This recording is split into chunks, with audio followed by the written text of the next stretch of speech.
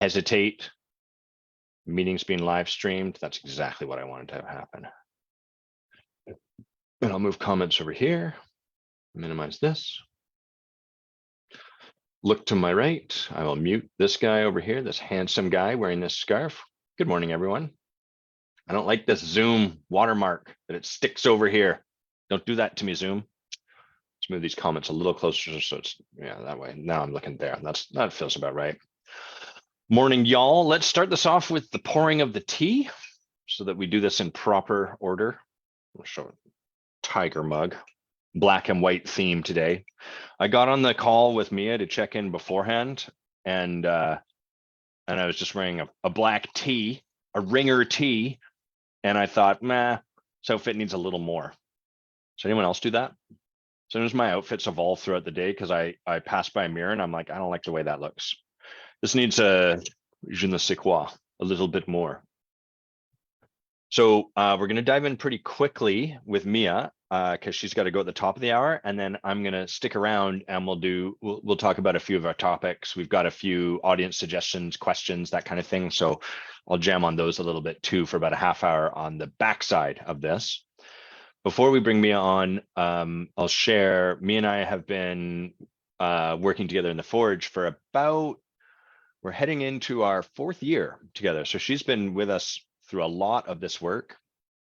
And she's a woman that just continues to inspire and really like, not impress, that's not quite the right word, but like teach me stuff as we work together and partner on this crazy journey. So as we're coming down to the end of this year's Forge and we're starting for the next year, I wanted to bring some of our people on so you can just hear some of their stories and what they've been up to. And so that Grimby you can open the door? Nah, he's not gonna come in yet. It's okay, I've got the door closing stick here for when he does try to interrupt.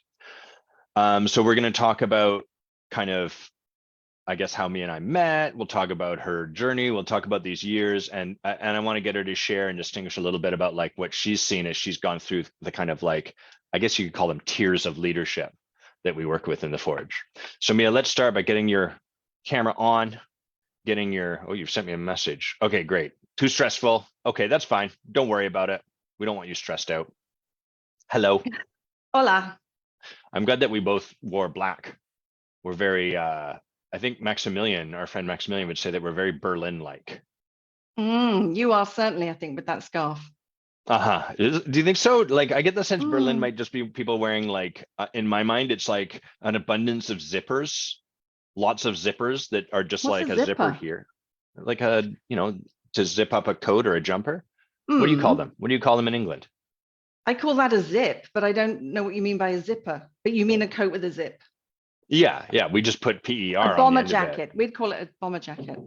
Well, no, but the thing, the thing that allows you to close it and open it, you call that a zip. Oh, that's less cute.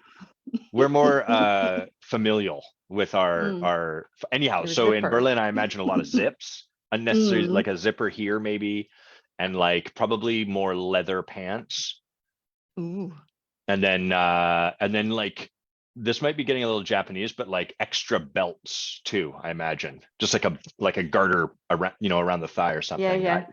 So that's how in my mind. That sounds like something from a pop band video or something. I don't know. Well, that's how Berlin exists for me. Yeah, it's very pop like music, pop bandy, and like fashion and stuff. Yeah. So I don't know if this scarf would fit or not. There's no hidden zippers on it. Although that would be cool to have like a little pocket. So anyhow, different conversation. So thanks for being here. Thank you for having me. You're quite welcome. Let's start with how you and I even became acquainted. So how did I think you found me initially? Do you remember how? You would have you'd have had a job finding me, Adam. I found you. I was on a year-long coach training program and hungry for anything coach related. Looking on the internet, I found Rich Litvin. Yes. And from there, I found you. because you were connected in some way, I think, Mm-hmm. to him. Yes. And then I found you talking to Toku. Ah, yes. In the samurai coaching dojo, probably. It was just you two talking. Just jamming. Cool. Yeah, you did that a few times. You did it Yeah. on a balcony somewhere, which was, weird. But yeah, so I was, devouring all of that. I think I private messaged you a couple of times. And then I had a call with you, and just a brief call, a Zoom call. And then I remember I was painting, I was listening to your podcast or one of your live coaching, basically, your what I call Friday tea time, your Friday tea. And I was painting a bedroom upstairs, and I was really, what you were saying just really hit me. And I ended up just sort of sinking to the floor in a heap, in tears, sort of slid down the wall. And I emailed you. Ah, yes. And said, I don't know how this is going to happen, but I need to work with you. I think before that, I had cheekily offered to coach you as well at one point. I was like, if you want some coaching, Adam, I'd be happy to do that. And you were like, no, I'm good, thanks. I'm getting lots of support. But yeah, that was the point where I was like, I really need to work with you. And then we started having conversations about being in the forge. About how I could work with you, basically. Yeah, it's an interesting, like the coaching profession, especially I found Rich Liffin's community had a lot of that, like people trying to like shoot fish in a barrel a little bit. Like, how do I, like, oh, I'll coach you. And then there's like the one, well, I'll coach you because you're below, like a lot of positioning and hierarchy and trying to like get a coach client kind of thing. So I'm nodding away vigorously. I don't know if this is true because I was never part of Rich Lipvin's community. I was just stalking him and then stalking you. But like this is less about Rich and more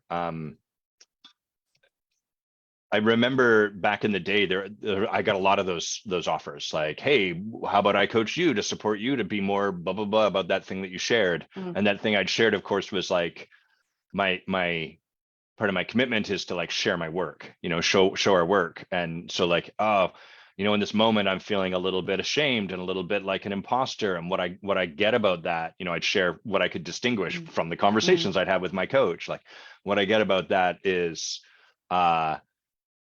it really matters to me here, and I'm nervous, and there's just like a perpetual fear I have. And then like I could almost feel like some of the people, not all, some of them would be like, oh, this is cool, I'm seeing something for myself. And then other of them would start to like salivate and start to swallow a lot, or like, oh, dollar symbols started to show up in their pupils.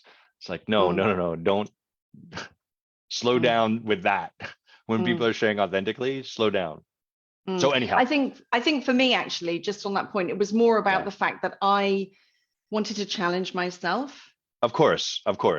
And so make that offer. Had you said yes, coaching you would have been a challenge. Yes. Yeah. You graciously said no. Cool. So I remember that early on, the forge was quite a bit less. I think it was around 6K, maybe somewhere thereabouts. 8. Okay, 8K. And I remember that number being terrifying, like really edgy, seemed super out of reach. So can you like share about that? Like, tell us just about the process of choosing in.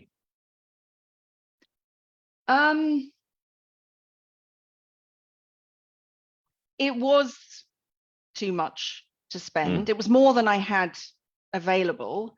Yeah. And felt like, too much to spend on this. Maybe taking a chunk out of the mortgage, that we owe or whatever it was, but not this. But I kind of just got to the point. I don't remember exactly because it was over 3 years ago. Yeah. But I got to the point where I think I was going round in circles, and I needed something to help me break through to the next level. And Yeah. it wasn't just from desperation. I had been following you for a while, and I really admired the fact that you had the courage to coach people live. Yes. Because we never know what anyone's going to say, and you were putting yourself in The that wrong position with with other people watching, and I was just like, oh my God. Yeah, so I really admired you, and I felt that you would be the person to support me to break out of the bubble. And then from there I met Bay, and I realized, ding, there were two of you who could help me break out. So the decision to I remember you talking to me about, what would make it worth it. And I just kept talking about the fact that I was going to have to sell a kidney in order to be able to afford this. And you were like, but what if there was another way? And initially I paid for, my payments were coming from my credit card. And I was just on a wing and a prayer that somehow this would make a difference. And then not very far into I think it might have been November, when we started in September, my payments to the Forge were coming from money I was generating from coaching. Love it. So yeah, that was like, yes. It's very similar to like, so in that Lee Povey saying he loves you. We love you too, Lee. Oh, I love you too. Hi. It's very similar to when I took my first like real invested step, real committed step into this work. Was I was looking down the lens of a $30,000 US coach training program. I'm Canadian, so that's like more like in pounds, really. And we were 6 figures into debt for the school, the degrees that the law degree and MBA degree. And like, it made no sense whatsoever. So it made so little sense, I had to pronounce the H in whatsoever. That's how little sense it made. What am I doing? And like you were describing, it was conversations with someone who had no agenda that I do this work, but I wanted to. And so she would hear the concerns, not pretend they weren't there, but then ask, and what would you want to create that would make this investment like just a no-brainer on the backside of it? And that's what we call stepping into possibility, like making the choice from where we want to be as opposed to from where we currently see ourselves. And that's terrifying, or at least it was for me. There's no way to get past that fear. But I don't know, was that your experience? Was it a scary move choosing in? Completely. And when you were talking to me about stepping into possibility, I understood the words, and intellectually understood the concept. But I didn't have access to the experience. That's right. Of stepping beyond, because I was in this whatever bubble or this container, this shape, and I wanted out of that into the next thing. And I wasn't there yet. So a lot of it was happening on, I was terrified. It was happening on trust. And a prayer, and there's literally the only way I think we can do this is because we're in this box and there's everything that's predictable, and then we often find something that's really going to support our transformation, and the cost is the first breakthrough. It's like, oh, to do this, I'm going to have to spend money like I've already arrived at what I want to arrive at. And of course, there's the tragedy that a lot of programs prey on this, but don't really model it, don't really support much. But when people find the thing that really resonates, that they feel that visceral connection with, and they make that choice, the cool thing is they enter the program having already showed up. They're starting the program from this place. Hey, Maria, from this starting point where they are now being that way that they want to shift. And so I'm not surprised to hear pretty early on, much like me, within about 3 months or so, we only had 4 months of runway for what I'd set aside. And in about 3 months, I was making my payments from the people that I was coaching. So, okay, cool. So can I say something about that as well? Yeah. because I was paying for it, I'm making this connection, and now I'm thinking, but because I was paying for it with a credit card, Yeah. I remember feeling that I was showing up like $1,000,000 fucking bucks, because this had to work. So I had a lot invested in it and a lot of energy, and I showed up and I showed up again and I showed up and I kept showing up. Maria, we're talking about Mia's journey through the forge. And right now we're talking about that scary step of choosing in the face of it not making any sense. And it's certainly not making much financial sense at the start. So the other thing I'll say is that when we step across that threshold, then we can stand, well, when we step across that threshold and then experience the transformation and the results that follow, it makes it much easier to stand for other people to do that. And that's like a significant portion of what coaching is that we're standing for people to live their life and to come from a place that they haven't yet arrived at. And that's kind of terrifying until they do it, and then the results come and they're like, oh my God, what a no-brainer. You know, like that decision I made was the best decision I ever made in my life. Thank goodness for that ridiculous choice that made absolutely no sense from the world that I was currently living in. So, okay. So, and I remember there was a point where one of your sons was in a conversation with you about this and was like brainstorming with you, or like really sort of standing for you to take this scary leap. Which one was that? That was Casey, I think. Casey, oh man, that little go-getter. I love that guy. Yeah, Ruben was in America, but yeah, it was Casey. But they were both very much behind me doing it. But yeah, Casey was, I think he even spoke to you on the phone. Yeah, just recently. Yeah, it was great. I love that guy. But I think even back then he was kind of like, hi, yeah, make her do it. She needs to do it. Yeah, totally. Yeah, it's great. Yeah, there's one of the things I think is often missing in this work is that coaches do the safe thing to get like the safe result, which is so they take the program that's safe and then they learn the stuff because that's safe, and then they blah, blah, blah.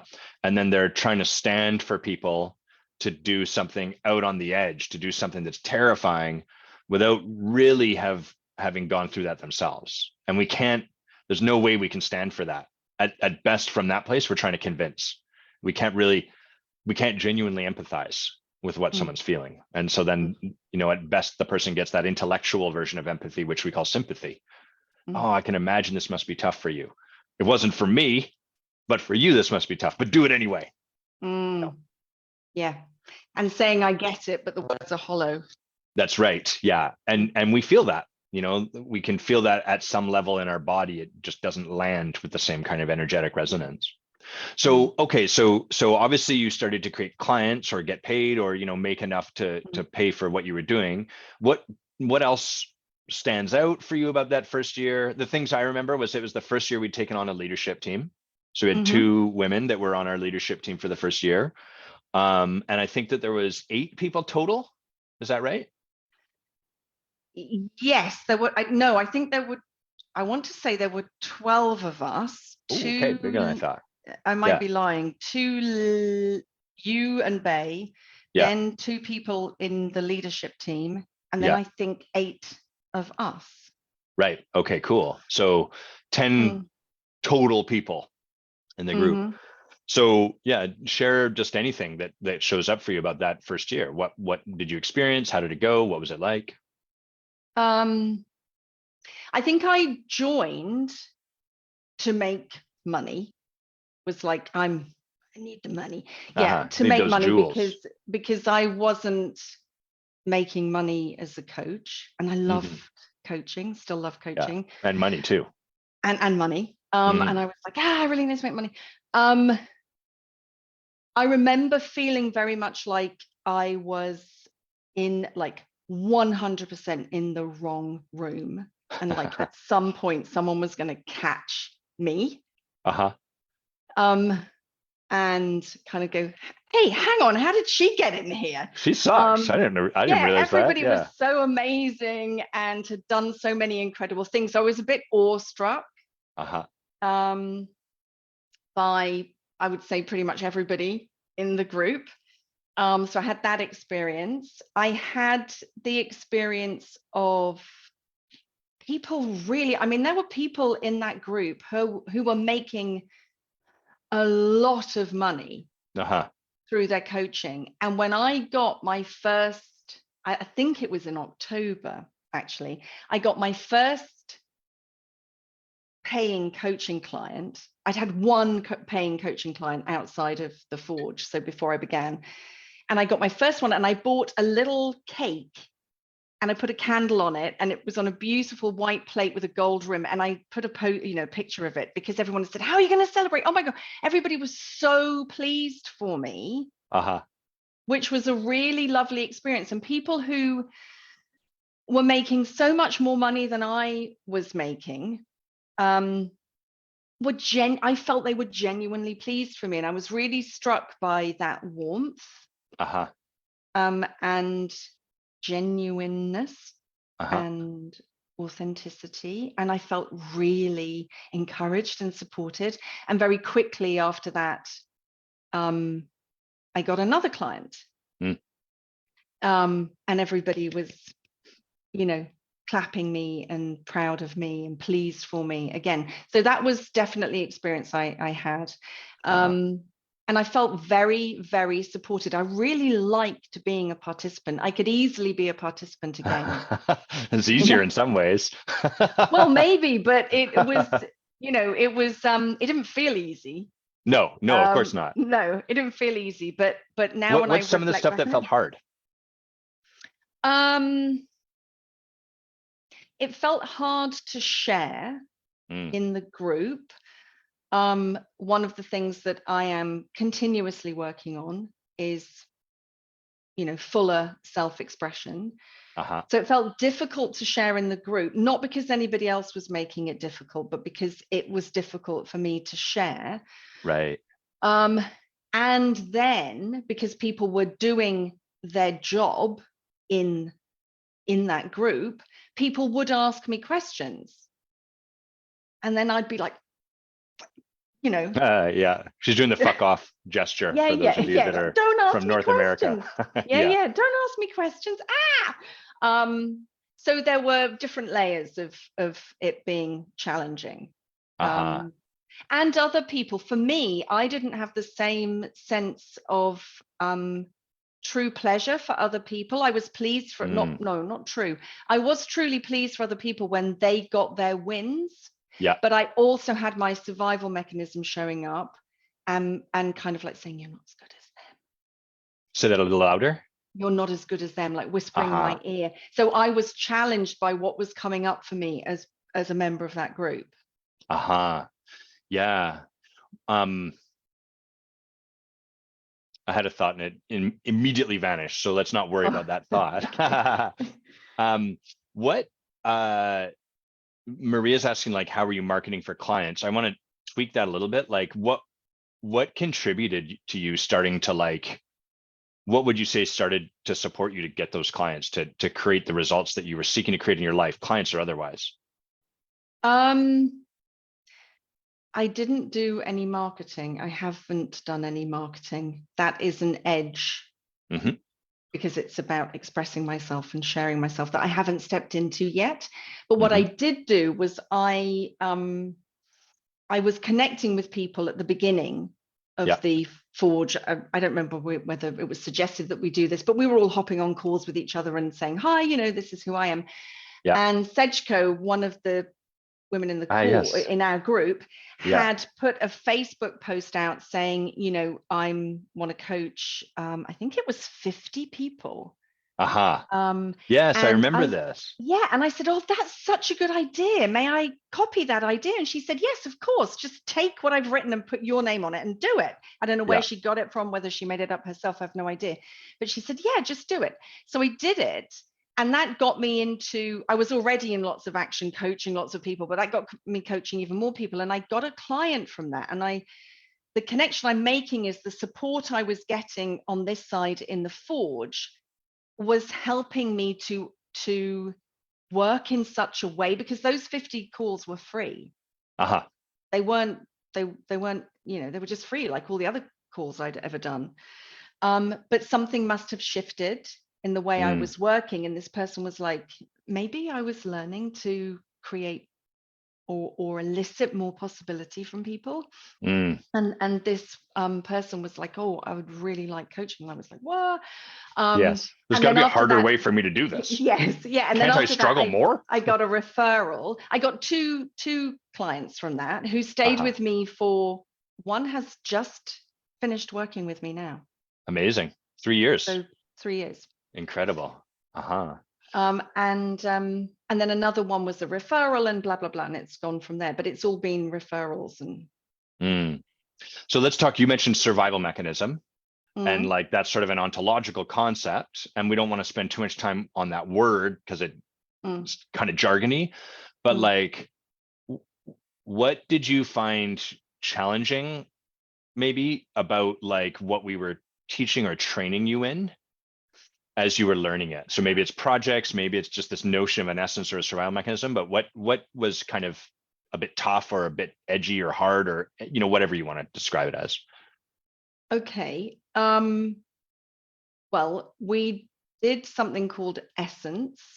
So we did an exercise where you generated 5 words for us, which described our sort of essential, purest selves inside. And I remember on the call. Can you share yours with us right now? Yes, I can. Oh, she's so gonna fail that. Okay, here we go. Warrior, wit, brilliance, radiance. Hell yeah. And love. If you hadn't said radiance, I was gonna just reach out over it. Anyhow, you did. Yeah. But when you were sharing these words and people were, responding, and you were kind of like, what do you think? And I was like, they're very nice, thank you. And you all laughed at me in a nice way, but I found it very difficult to accept that I could be anything other than I had always thought how I'd always thought of myself. So this gave me a new lens. These 5 words gave me a new way of looking at myself. And even at that, that very first moment when you gave me the words, I found it very difficult to look through that lens at myself. So that was challenging.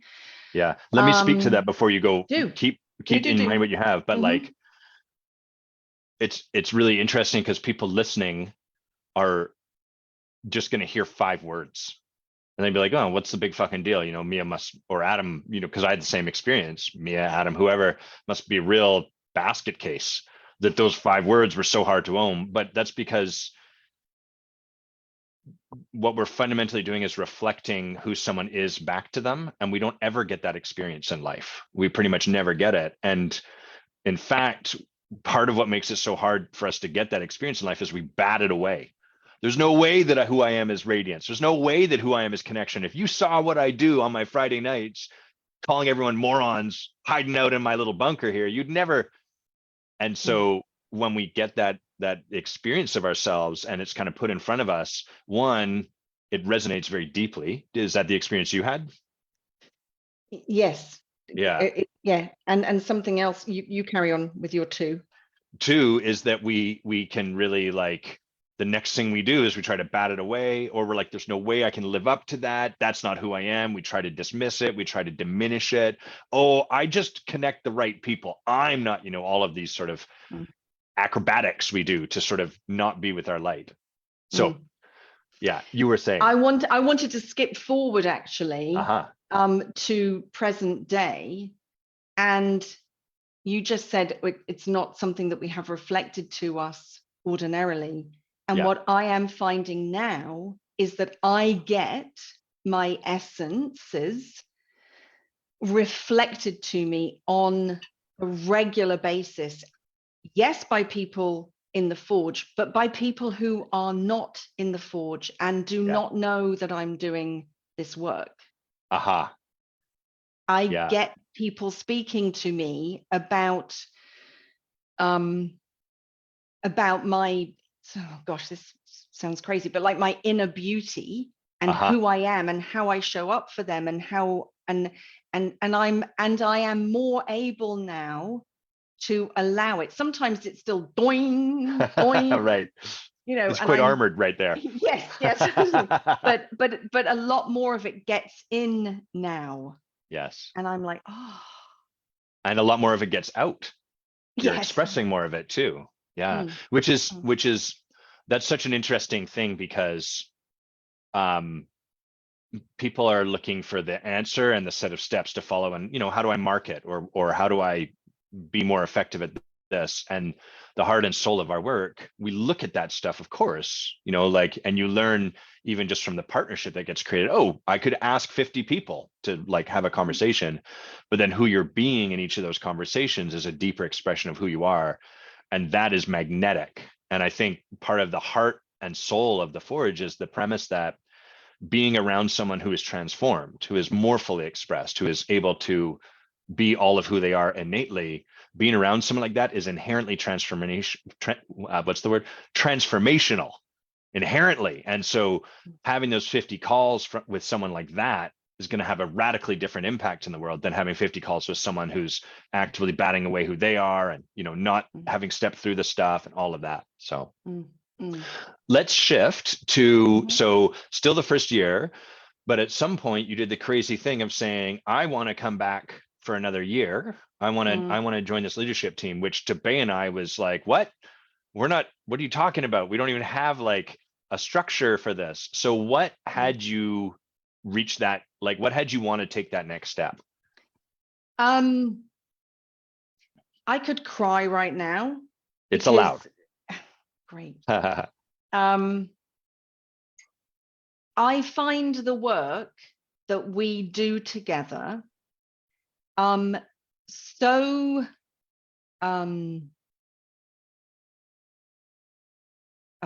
it's hard to find words, to be honest. So loving, powerful, oh God, all the words, transformational, all the lovely big words, but genuinely, I could feel it was making a difference. And I sat here this afternoon and thought, I am signing up for a 4th year. Yeah, you're loco. Why am I doing that? And I said to you earlier, sometimes it feels hard to explain why I'm doing that. Yes. Some of the circumstances of my life have changed, but not radically. I've not moved to LA and I'm living on a yacht and, I go to work in a private jet, or, I haven't had my teeth done, by the world's, by anybody, but, by the world's best dental surgeon. It's very British of you.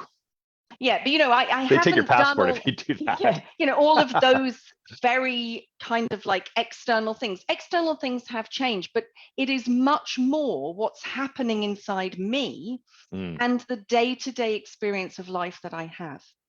That's why I signed up for year 2. That's why I signed up from year 2 to year 3, and that's why I'm signing up for to do this again, because it's a bottomless pit.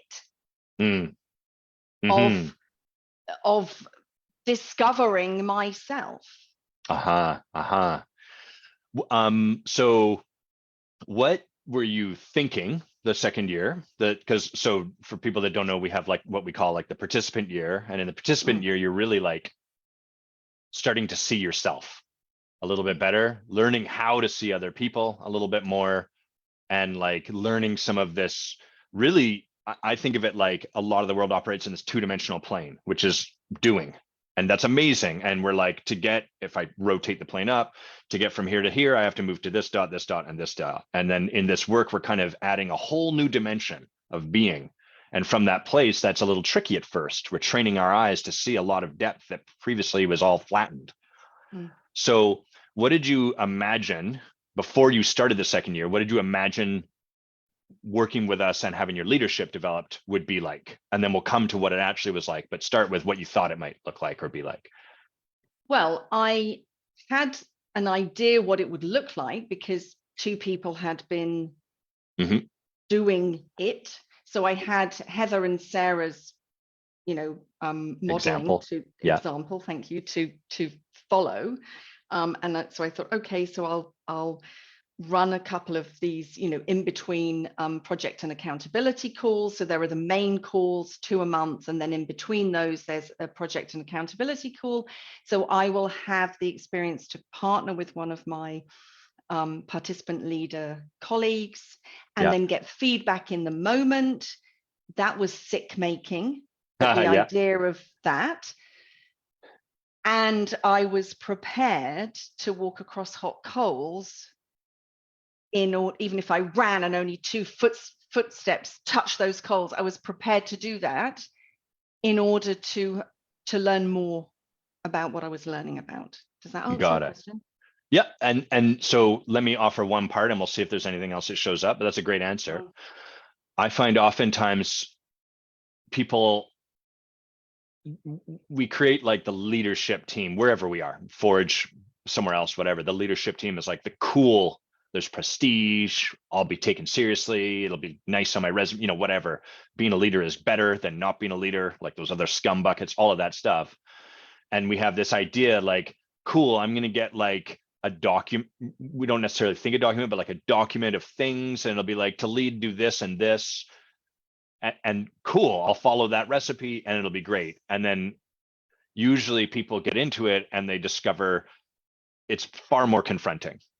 Because they are now moving from leadership as a concept that exists in their mind as an intellectual thing and a good idea to leadership as a practice in the moment. And so can you describe like what was maybe a moment where you sort of were like, caught in that kind of in the, oh shit, I'm in the experience of it. You might not have had those words, but just that confrontation. And it's okay if you can't think of anything. I can't think of one specific moment because they're happening continuously. Right. So I can't recall one specifically. If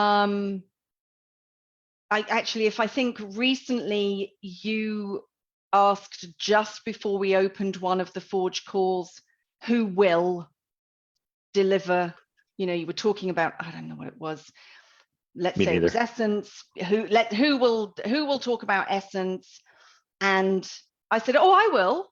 And then I got in there and started talking about it. I had done no prep because that wasn't how this was set up, that I would be able to spend 2 days preparing and thinking about what Essence was. I just needed to show up, take whatever I knew and see what I could do with it. And then I got stopped and given in the moment feedback on how I was doing. Yeah, and 20 people are watching you. Whilst 20 people are watching me. And I remember my survival mechanism or my voice in my head saying, well, of course I'm bloody well doing it wrong because you didn't give me any time to prepare. Yes. If you'd given me 2 days to prepare, I would have done this brilliantly, but you didn't do that. So, yes. And then cross with myself, why did I put my hand up? Oh, for God's sake, now I look like an ass, all of that stuff.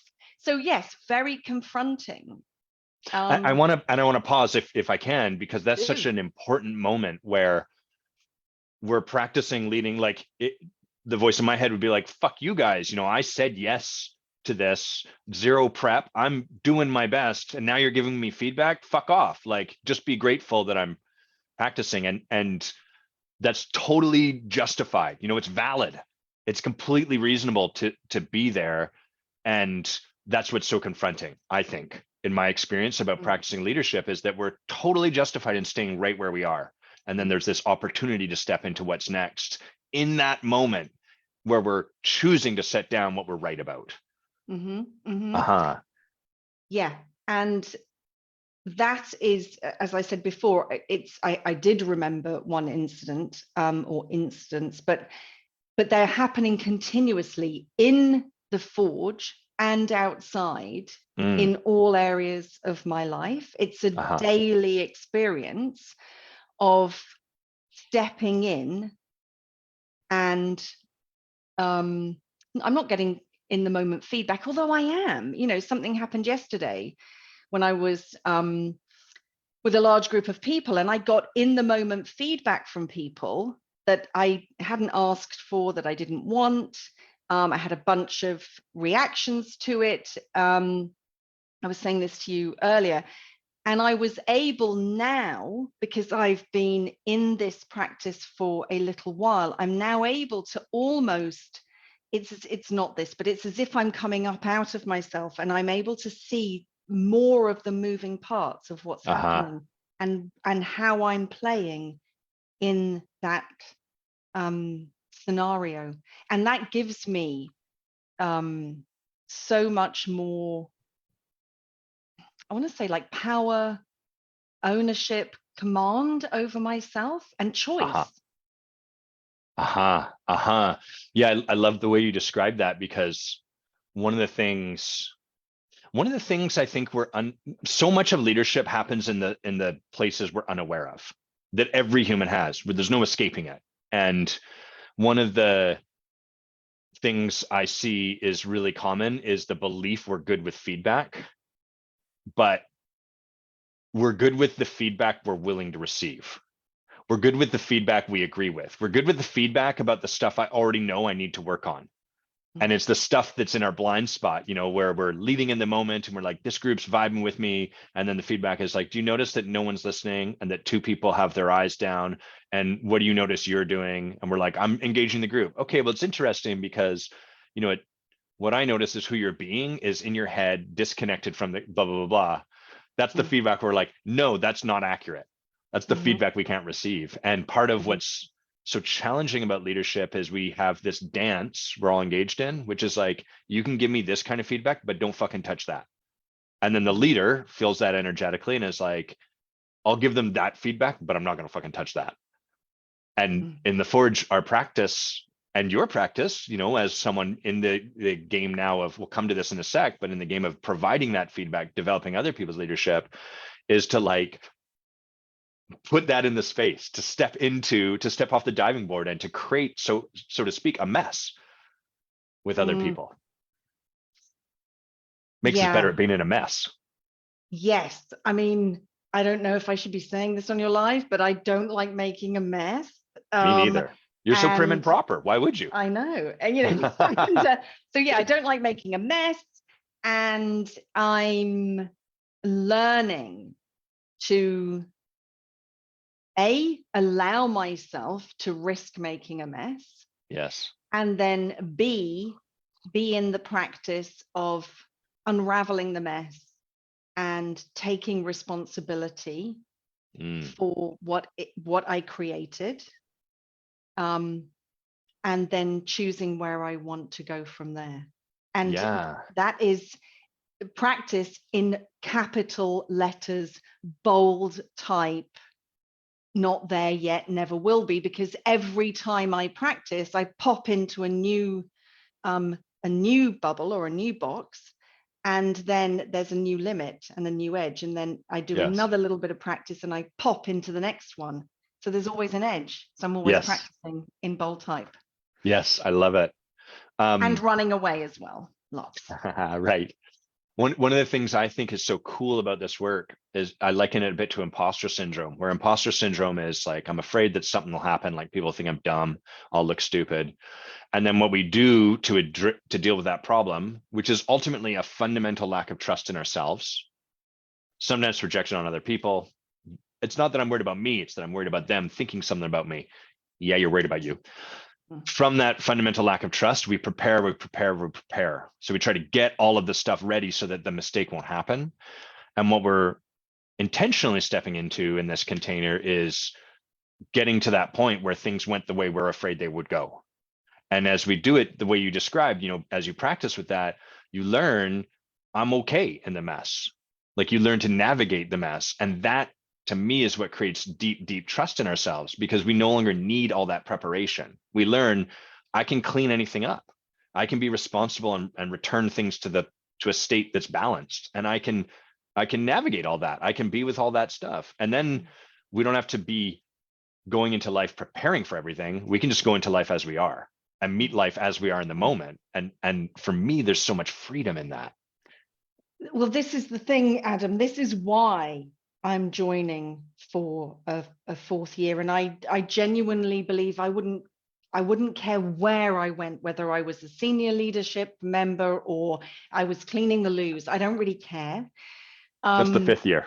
Yes. It doesn't matter, because what's happening is I am more and more noticing that freedom, more and more and more.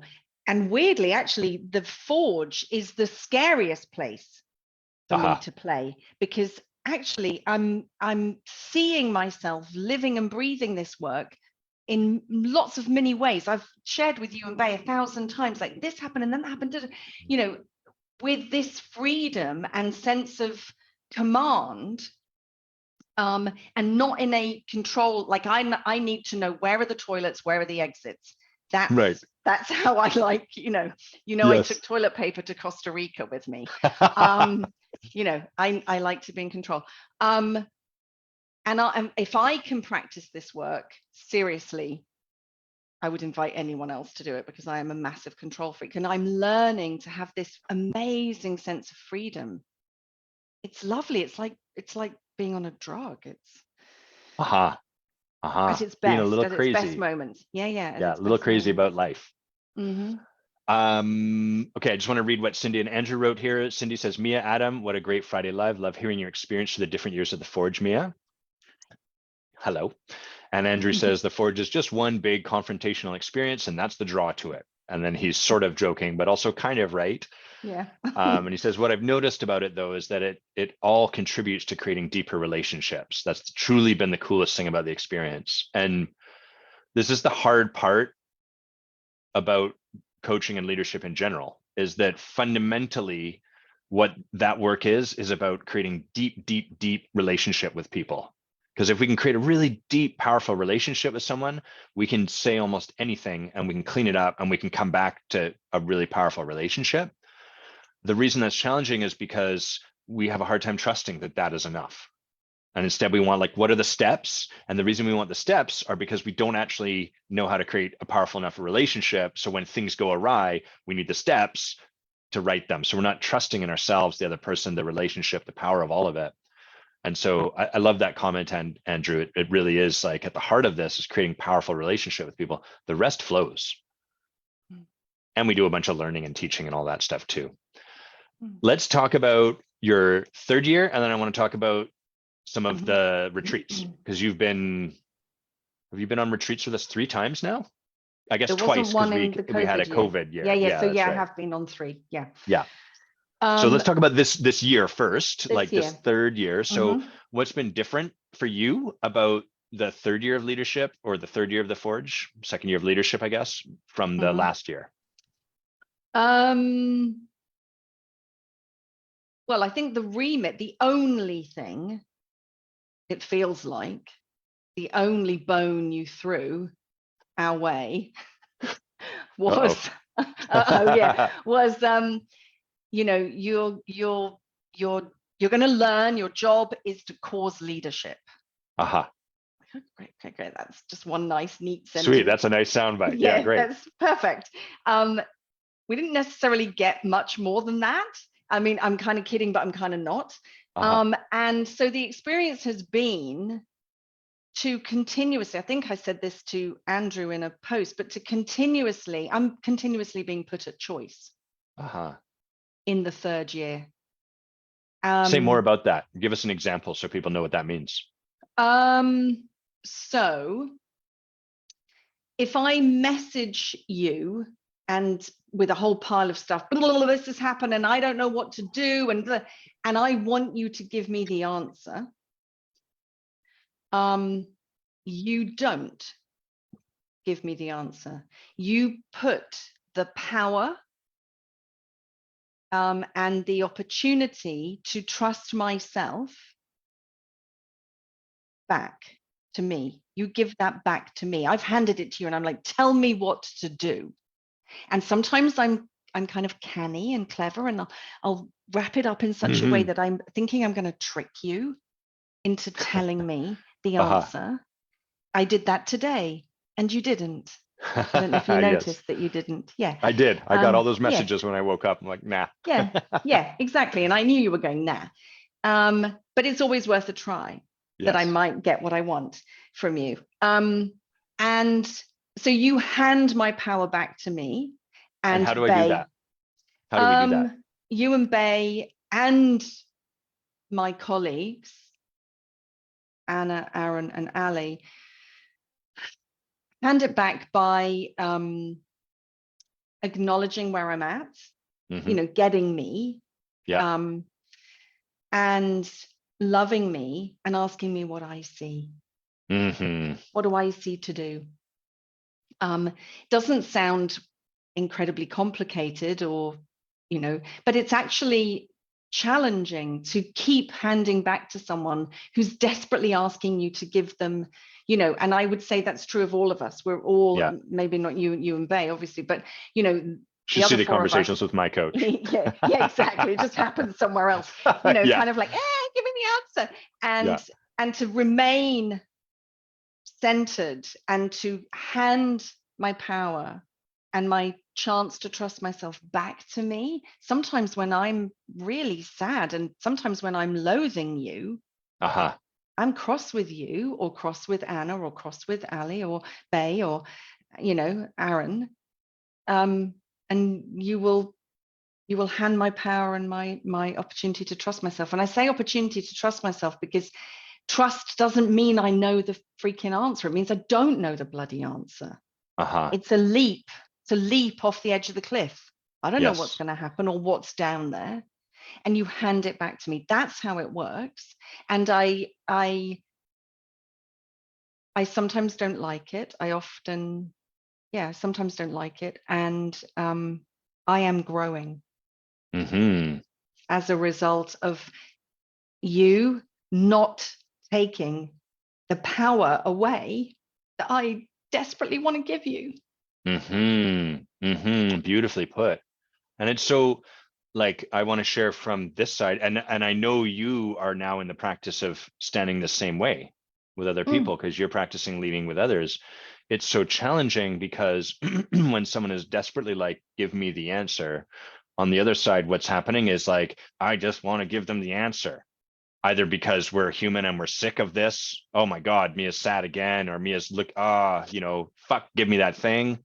Or because we're feeling the empathetic pain of their struggle, or like there's a million reasons, and that's the dance that erodes leadership ultimately. And so we're developing in people like this ability to stand firm in their stand for someone, but at the same time open.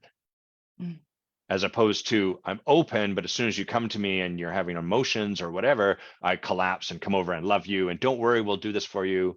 Or the flip side is all rigor, but not a lot of love. So it's like, I stand, but I'm not empathetically feeling anything that you've got. I'm not loving you. I'm not getting you. It's just get back to, as my dad puts it, sometimes, Adam, people just need a swift kick up the ass. You can imagine what childhood might have felt like. Yeah. Sore rectum. I love it. Yeah, love it. Let's talk about, did you have something before we shift to the retreats? I mean, I could talk for 7 hours about it. I think probably, probably got loads. If anyone wants to talk to me about it, I'll really bang on for hours about it. But no, I'm good for now. Well, let's talk about the fun we have at the retreats. So I want you to tell your experience this last retreat. Well, let me set this up a bit better. So we go away as part of the Forge on a retreat. We go to Costa Rica. It's all covered and paid for, with the exception of people having to get there. And then we do really deep work. And we also have you guys lead stuff. And the cool thing I find is, like, because the Forge is growing, there's more on offer. So we've got embodiment work on offer. There's like forest bathing, there's anger on purpose, there's meditative stuff, there's spirit cards and deep transformational work. We do all that, and then we have a bunch of fun. So can you share your experience whitewater rafting this most recent time? Okay. So I was very frightened about doing the whitewater rafting. I remember sitting on the bus and I don't know if I can say the other person's name, but there was a person next to me who I really love. And I felt I was sitting like a little old lady hanging onto my handbag, you know, that kind of like, yes, I do. like the lady from the films, you know, but I was kind of sitting like this, and he said to me, I was like, I don't know. And he said, well, this is going to be better than dying in your bed. I was like, is it going to be better than dying in my bed? I don't know, maybe I'd rather die in my bed. So I was really, really terrified. And just before, I think the day before or the morning before, you had read a poem or a story called The Egg, about people, you know, about letting go. And yes, you will be tumbled against the rocks. Yes. And you'll probably survive. I don't know if it was a guarantee. I don't think there was a probably, but okay, yeah, you'll survive. That's actually the parable from Illusions, but yes. Oh, okay. Yeah. So I was really, really scared. And I remember I was standing very close to you and you kept saying, can you move away a little bit, Mia? Because I was like almost trying to get inside. Let me like breathe a bit. Can I breathe here? Can I? I was trying to get inside your life vest with you.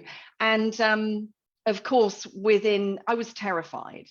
Mm-hmm. And within minutes, I ended up over the side of the boat, lost my shoe. Let me share a part before we get to that. So we're on the bus going there, and our Costa Rican water rafting dude, who's like I don't know where that guy learned to speak English, because he totally had the stoked accent. He was like, "Que pasa? This is gonna be sweet," like total surfer, was telling us like all of this stuff. And he was like, if someone gets out of the raft, here's what you do if they fall out. You know, you hold the raft, lie on your back.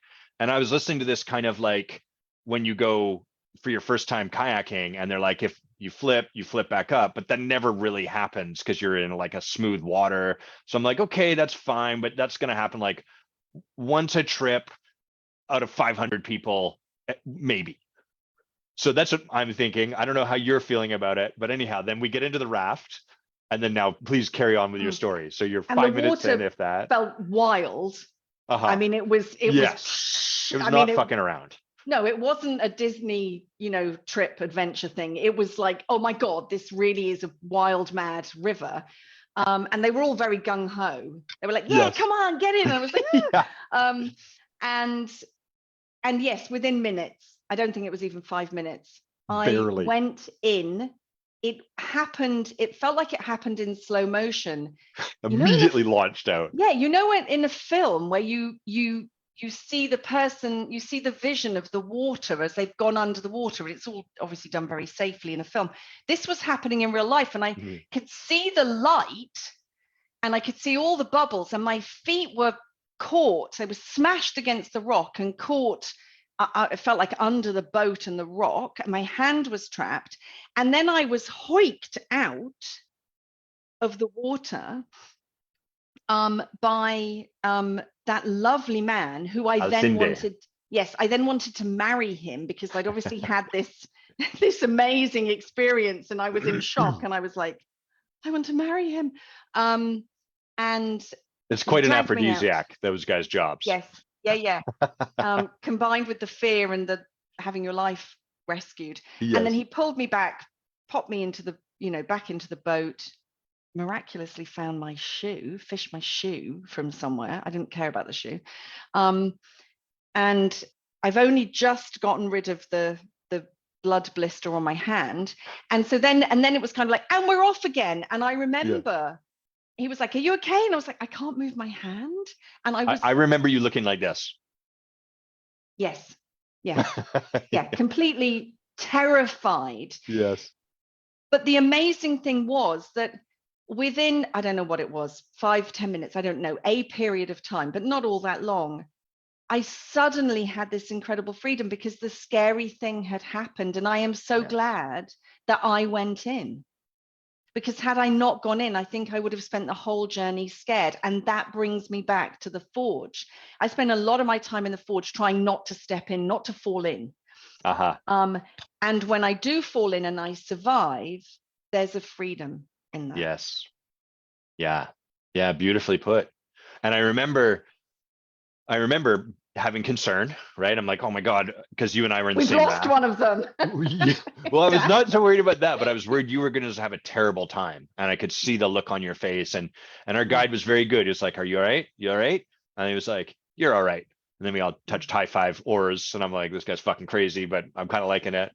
And then after about 10 more minutes, I remember you being like, "This is amazing. I am having such a good time. I am so glad I'm here." So like, talk about a transformational moment, real flip around. Yeah. And it would not have been the same for me had I not been smashed against the rocks. Aha. Yeah. Beautiful. I love that. I love the spirit being present there, like read the story and then we go and do exactly that thing. Just crazy. Yeah. It was perfect. And then it was fabulous. Andrew is just saying, how about the fresh fruit we received at the break? That was what I was waiting for. The whole experience was amazing. They were incredible. They halfway down, we we pulled up onto a, hold on, let me just cough here. Got a little phlegmatic. Halfway down, we pulled up, they flipped over the boats and like just cut up a feast of delicious fresh tropical fruit. And then we got back on and they served us a great meal. One of the things I love about Fortuna, where we go, there's two things. The second thing is going to be about you. The first thing is that like, there's not a lot of phoning it in, as we say in the West. Like there's not a lot of, okay, you did the whitewater rafting, here's a shitty dinner for you. Like that meal was great. And I remember when we went and did like the walking hanging bridges through a forest on another trip, and like we sat down for like one of the best meals I've had.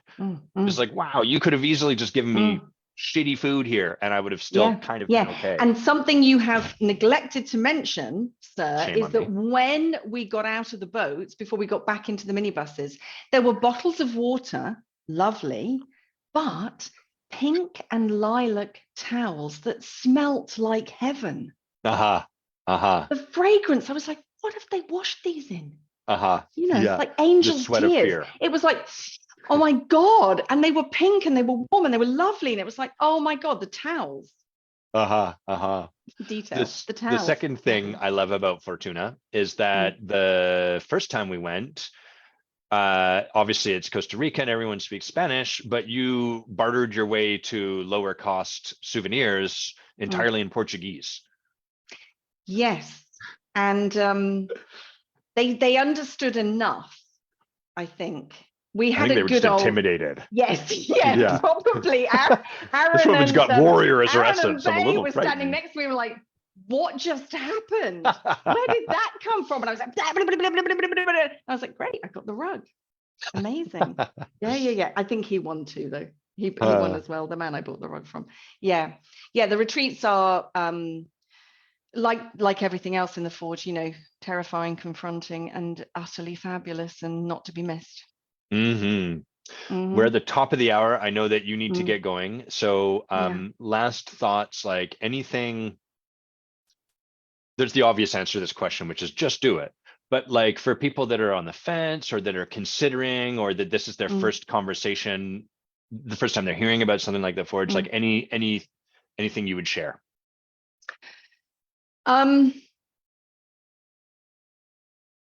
I said it earlier, the external sort of large moving pieces of my life have changed somewhat, but not enormously. You charge a lot more for your coaching now, don't you? I do. I do. But the thing that has really made the difference for me is the moment by moment, day to day, day and night experience I have of my life. I have always loved my life and loved being alive. This is just, I have such a rich experience. It's not all pleasant, and I love all of it. I love being alive and I love what I get to experience. And there is a direct correlation between how I get to experience my life now and the work I am doing with you and Bay. I love it. That's such a beautiful just description of the magic that's available in transformational coaching. Like, the stuff on the surface does change. And if we were to look at your life, I would argue quite considerably. You've really generated some yes, results. I'm probably downplaying it. Yeah. Yeah. But yeah. relative to the internal experience of our life and how we show up in our life, it kind of pales in comparison, which is what's so beautiful, you know, because we're not chasing after the next result. There's something far deeper that opens up. Yeah. I love you, Mia. You're coming back next year. You Thank you so much for that. Where do people find more about you, your coaching, what you're up to in the world? I cleverly don't have a website, so they can find me. Tricked you all. So you can find me. You'll put my email address in the chat, maybe. I will. Yeah, I'll do that now. Yeah. And I'm on Facebook, Mia Kielty-Bande. I'm there. I don't do much there, but I'm there, and you can message me. And I'd love to talk to anyone about the Forge, because my life has changed and I love it. And I love you. Are there particular people that you coach or that you love working with? Yes, I think I tend to work with women who, like me, my life was fabulous before. I had a great life. There was nothing wrong with my life, despite the sliding down the wall and crying bit. Right. While I was painting, but you know, that's just painting. The yeah. fumes. So really, women like me who know there's more inside and they can't get to it. And through the work I do with you, and Bay is my coach, I assert, trained by the freaking best, and I am passing that on. So yeah. Beautiful. Thank you for being here, Mia. Thank you for coming back for another year. Thanks for all of the work you do in the world and in the Forge. We are so grateful for you, and we love you. Love you too. See you soon. All right, you get out of here. I'm going. Yeah, and I'm going to talk a little bit. See ya. Okay, bye. All right, cool. Mia Kielty-Bande, everyone, amazing woman. I hope you enjoyed just hearing some of her story and what she's doing. She's just a force for transformation. So definitely, I'm going to look up my topics for the live show now, but definitely reach out to her, connect with her. Your life will be better for it. And that's kind of the last thing I want to say about the Forge, is that our mission, if you like, is never to embolden or enlarge or make the Forge bigger. I mean, that happens and we like it, of course, but really our commitment is that like people like Mia, people like myself, people like perhaps you become bigger, and then they get to go and create what they want to create in the world. And if they want to stick around with us and keep doing work, awesome. That's a win too. But really, really what we want to see is you getting bigger. That's the game. So let's see what we've got. We've got a bunch of kind of suggestions, comments. I just want to touch a few before we finish up. We'll go to about the bottom of the hour. We've got leftovers kind of from the past. So Ruth asked a question a couple of weeks ago. Thanks, Ruth, for your question. And she says, hey, Adam, I'm wondering whether people's context, I'll describe what a context is, always has an either or, this or that flavor to it. What other types of contexts are there apart from right and wrong? And what are the most common contexts people have? So contexts are probably the most important concept in all of coaching and leadership where it is transformational. Context is that three-dimensional plane I described. So when we're looking at I'm working on an infographic like this that'll no doubt be too complicated and no one will read, but I'm working on it anyhow. But where we start is the two-dimensional plane of what there is to do. And in that plane, it's like, I'm here, I've got a boss who once again doesn't respect me. The conclusion is like, that's just part of the industry I'm in. And so the thing to do is to like leave and go somewhere else, find a new job. Those are the dots. And, you know, if we turn the plane up so you can look at it, obviously that's the steps you take, do that. And then hopefully things will be better, even though they haven't the last 3 times, but this time I figured it out. I know I'm going to do it. What's happening when we're starting to learn about context is we're shifting into the 3-dimensional plane. And the context someone has is the internal set of stories and beliefs about themselves, the world, whatever they're facing in the world, their circumstances. And those beliefs dictate the range of actions that are possible and how they approach those actions. So if our person in question who is on that 2D plane and is like, I got to leave this boss because this person doesn't respect me, and this is always the way in the medical industry, so I'm going to start doing blah, blah, blah, blah. If we expand that and look at the three-dimensional world of what's happening, as we explore it, we might discover, oh, this person has a story internally that they're worthless. And it probably doesn't occur that way to them.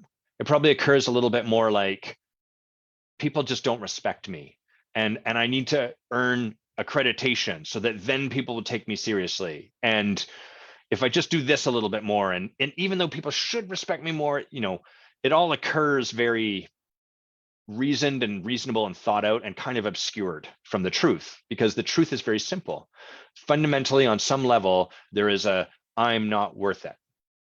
And so from I'm not worth it, I'm gonna show up to those actions that I thought of to get my new job or whatever in a particular way. I'm gonna look for a particular subset of people. I'm not gonna step into jobs that might pay me a lot of money because I don't feel that I've earned it yet, because on some level I'm not worth it. And then that means I'm gonna get into jobs that pay me less, that don't pay me commensurate to my real value as a human being. My real value is someone who's gotten an education and all of this stuff. Instead, I get underpaid. And then I find myself in that job. And what do you think happens? Well, then that job underpaying me builds up my resentment, and it proves that in this fucking industry, people just don't respect me. People are just taking, and they're not rewarding me for who I truly am. So my belief creates the reality that I have a belief about. This is the number one thing. I can't stress how important it is. It's the number one thing that is in the way of the transformational results people want from coaching and leadership. So our context is the stories we have, all of that sort of stuff. So that's what Ruth is asking about.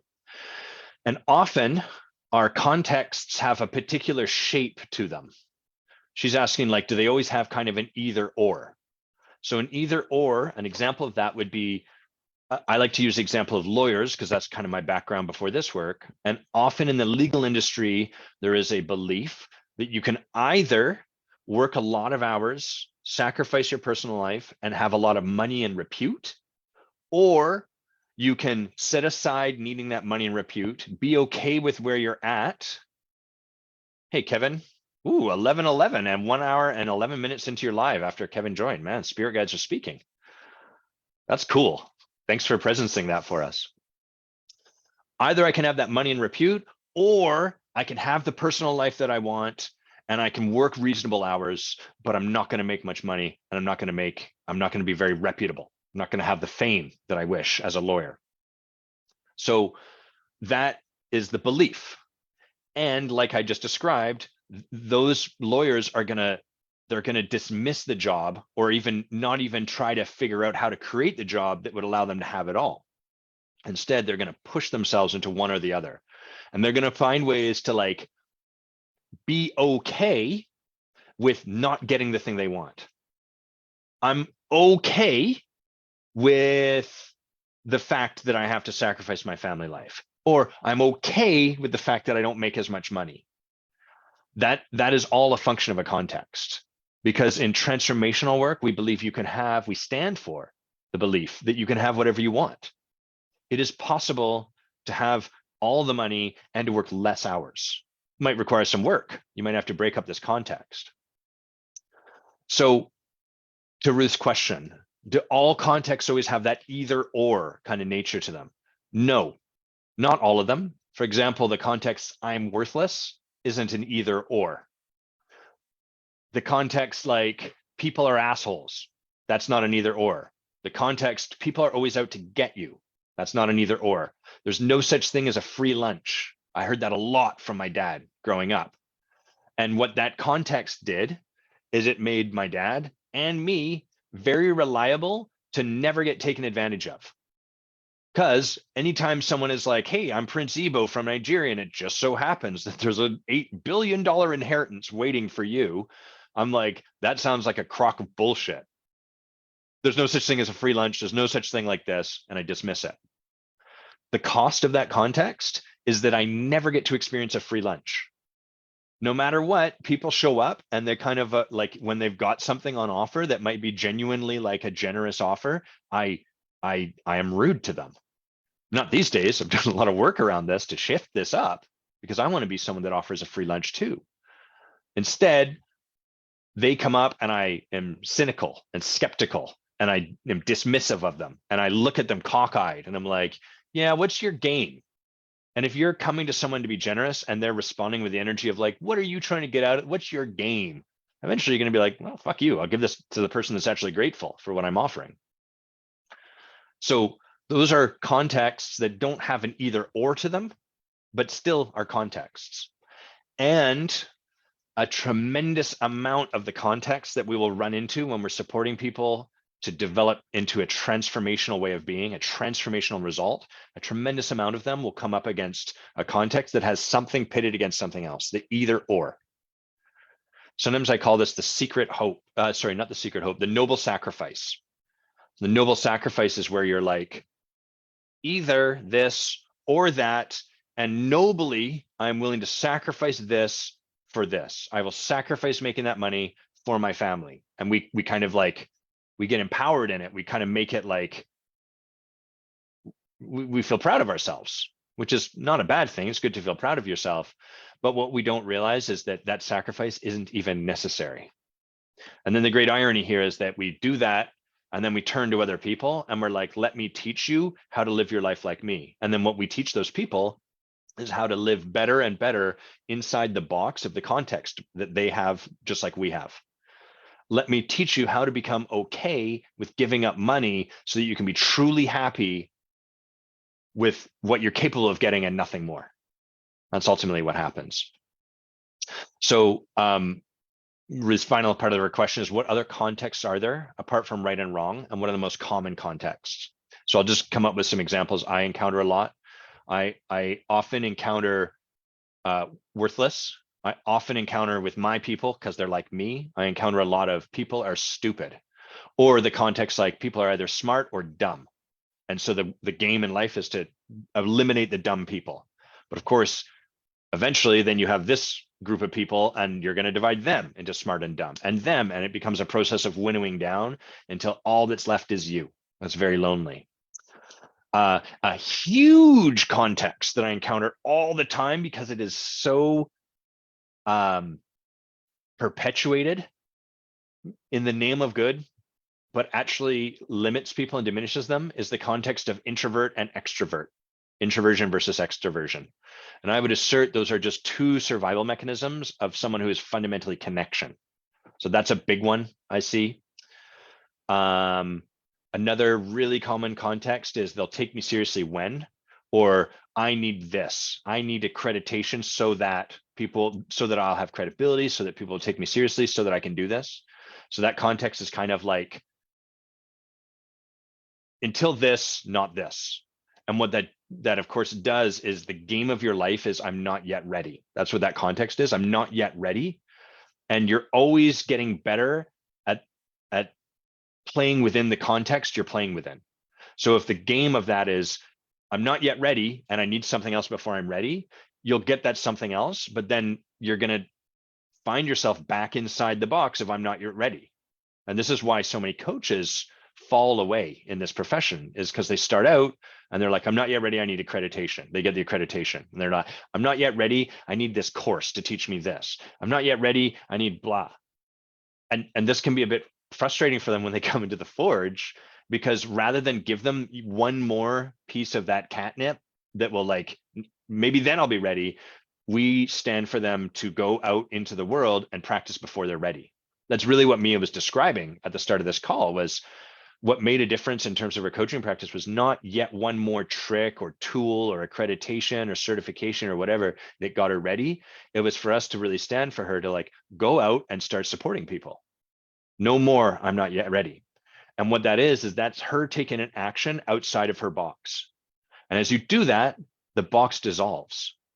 You stop having to play by its rules. And then what's really cool is you start getting results that are not caught inside the rules of this box.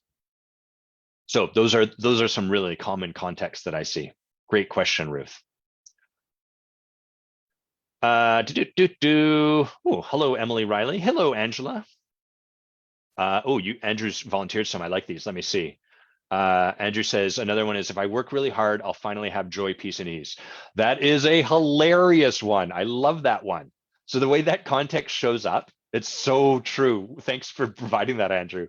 Is that people, the way this looks is people frantically working to create a sense of peace. Just sit with that statement, right? Frantically working to create a sense of peace. So like rushing to clear stuff off their desk, and then rushing to meditation, and then meditating, but with a timer so that, oh, fuck, I got to get through this. And then like rushing off to the next thing. That's what you're doing fundamentally, is you're being frantic and hoping that will result in you being peace. Not a very good system. So that's a really common one. And then the other side of the other context Andrew mentioned is, if I work really hard, I'll eventually create the space for joy, peace, and ease, which is to say retirement. So the way retirement works is kind of like a longer version of that same game. You are like, I am willing, it's a long-term either or. I am willing to spend 40 years of my life in hard, miserable work. Or maybe it's not hard, miserable work. Maybe you enjoy it, but it's like hard, stressful work. So then I can spend the last 40 years of my life easy and relaxed. But what gets missed here, first of all, is that it doesn't have to be miserable work for those 40 years. That doesn't actually have to be the way you live your life. You could have it all. You could be relaxed and at peace for those 40 years that you're doing stuff. And the other side is that when you go to the retirement side, you don't realize that there was something you were getting, some part of you that was being expressed in those 40 years of hard work. Maybe a sense of purpose, maybe a sense of excitement, belonging, meaningfulness, a sense of creating something in the world. And then you shift, because you push those out to an either or, you shift over to the other side and you end up in retirement, drinking that bottle of wine at 2 p.m., wondering why things feel so bored and desperately looking for the next thing to kind of plug back into. Yeah. Great question, Ruth. Okay, my friend Benny has an awesome suggestion, but it's a little longer, so I want to find another short one. Let's do Simon. Simon, great to see you as always, and such a great suggestion. Simon asks, hi Adam, question for your live based on your post about light and light. I think the post was that everyone is light. Work to see and relate to them as that light. And so he says, how do we forgive people for being afraid? And yes, of course, how do we forgive ourselves for being afraid? What is forgiveness? What is compassion? And is compassion a feeling or action? And then he apologizes, sorry for being a bit of a mess. Great question. Love you, Simon. So let's draw some stuff out. I'm going to bring in some religiosity as part of this. So buckle up, people. It's going to be cool. There's going to be some Christian religiosity.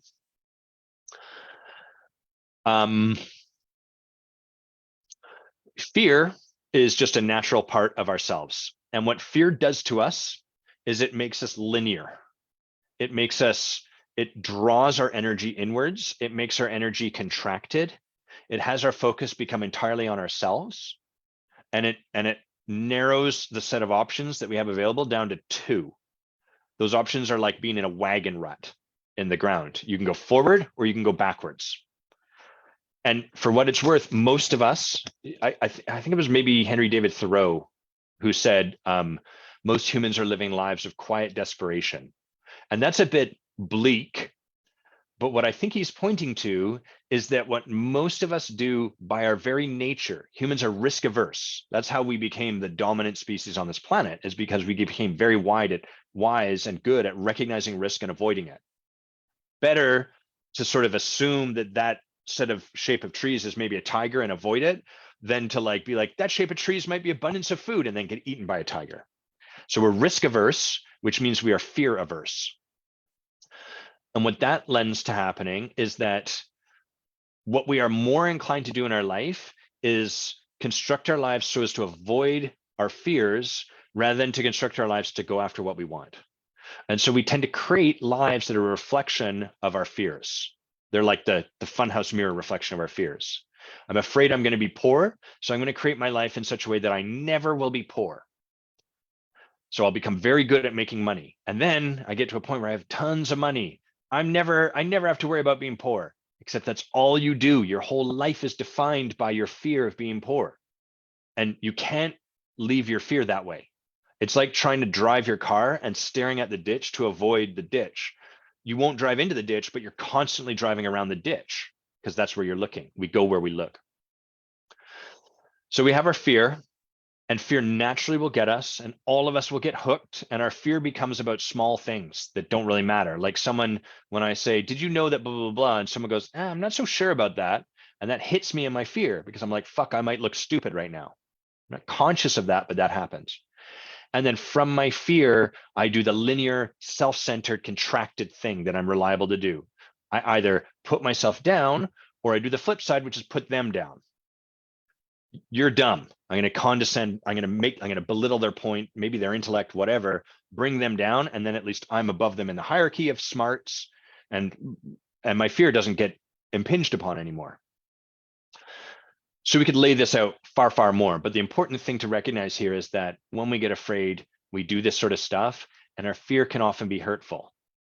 It is hurtful for a couple of reasons. The first is that we are blind in our fear. We cannot see any bigger picture. We have no altitude. We are like a child in our fear. We are narrow focused and we are entirely centered here. So we're ignorant, innocently ignorant.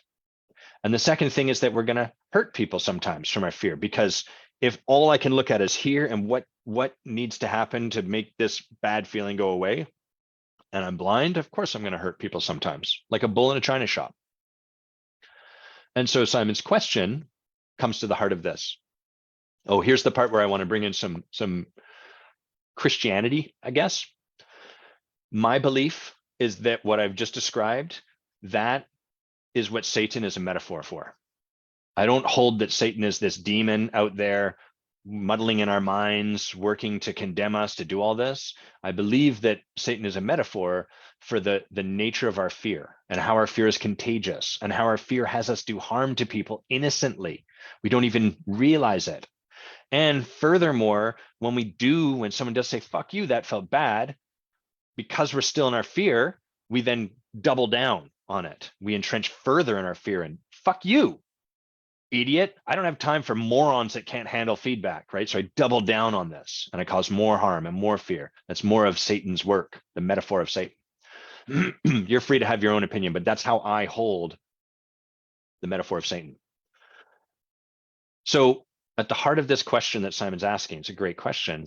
How do we love people? How do we forgive them when they respond in their fear and hurt us? Because they will. The entire time we're leading in the forge, a lot of what Mia is describing, we are confronting people lovingly so that they can step into their greater self, and that drives up their fear.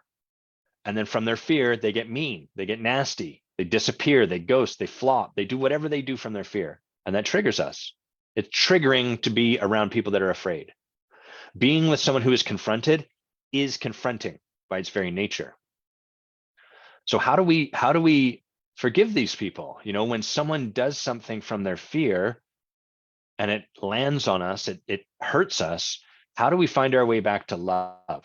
Because that's how we heal the planet. That's how we spiritually mature as a species. That's how humanity grows beyond the polarization, the divisiveness that exists right now.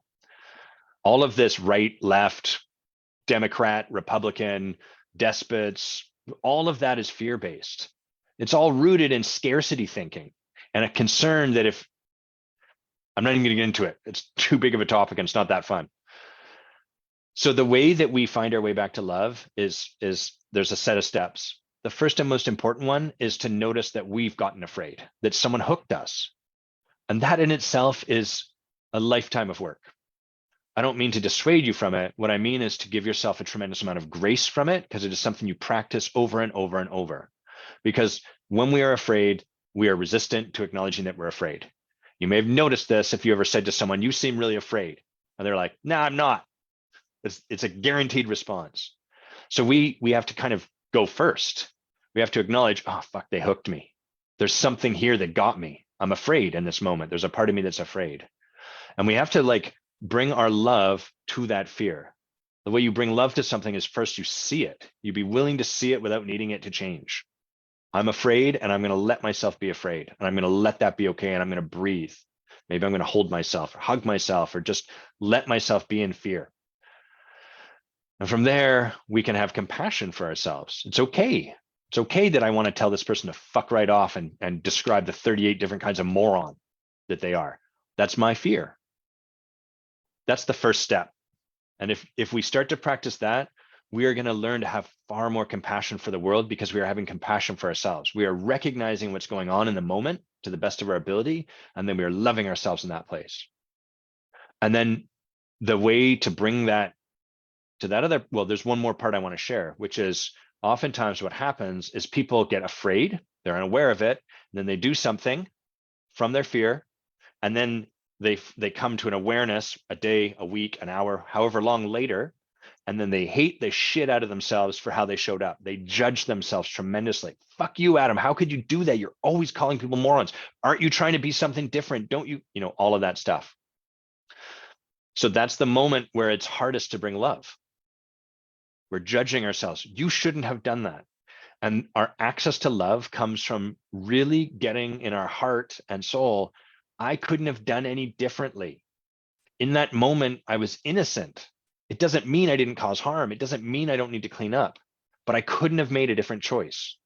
Until I got here and started to be able to see it and brought love to it and have compassion for myself there, this was on rails. It was automatic.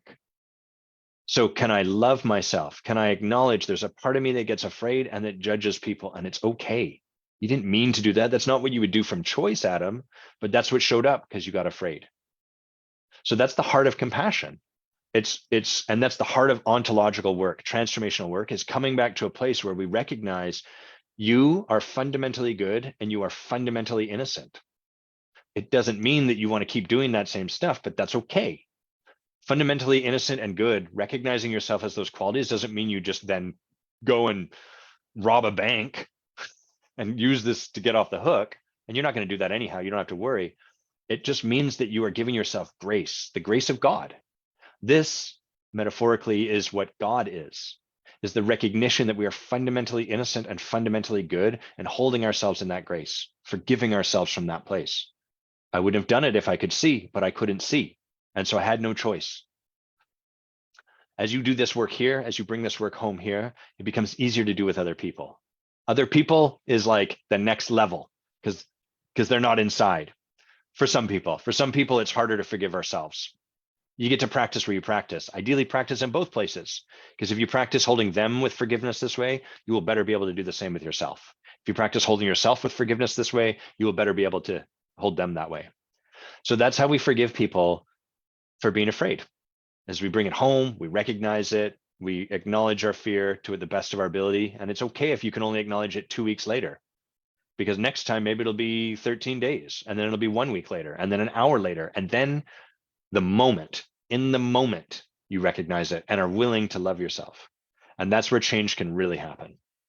So all we're doing in this crazy work of being a human and learning to love with all of our heart is we are narrowing that gap between the stimulus that got us fearful and our recognition of it and our relaxing around it. If we do that, that's Eden. That's heaven on earth. That is, again, I have a friend who I talk to who's Christian, and his Christianity is, in my opinion, fairly literal, but it inspires me to think about a lot of this stuff through the metaphors that Christianity brings us. And that, to me, is heaven, is us being able to hold each other with grace. Not that we never, ever make any more mistakes, but to hold each other with grace and love. And from there, we can heal collectively. We can transform collectively. It's beautiful work. Really, really great question, Simon. Thank you for asking it. So thank you, everyone, for hanging out. Thanks, Angela, Andrew, Kevin, Mia. Big thanks to Mia, Lee, and Cindy. Great to see you all. Great to have you with us. I think I'm just going to check. Pow. Oh, cool. Next week, I've got a really exciting show. I'm going to have on my friend Annie Gelfland. Annie and I are both, Annie runs the Essence of Mastery, which is a summit. You've probably seen me posting stuff about it. It's ridiculously low priced. I think it's like under $500 for like 23 hours of content from MCCs. There's 1,500 of us in the world, master certified coaches. It's going to be awesome, super great work. If you're not sure, if you're just like, that's not for me, that's all good. But Annie and I are going to be in a conversation about mastery. We're going to talk about our journeys. We're going to talk about like, what does it mean to practice transformation? So it's going to be a super cool conversation. You're going to get to hear from someone else who really stands for this in her own life and in the lives of the people she works with. So that's going to be a super cool conversation. And if you have any suggestions, questions, things you'd like to hear us talk about, or ideas, topics for a show, I love it when you send those to me. Thank you so much when you send those topics. It's such a help, and it's so much more fun to do this with you. Finally, I'm going to put a link to the Forge here. If this conversation spurred curiosity, if it inspired you, if you'd like to know more about it, I see that it says the Forge 2022. So ignore that. Pretend I'm good at web the way I'm good at transformation. You can click that link in the chat and that'll take you to our page that talks a little bit more about it. And I'm always open to a conversation, as is Bay, as is Mia, as is most of the people on our leadership team. So reach out if you'd like to learn more about that. Hope you guys have an amazing weekend. Peace, love, adios.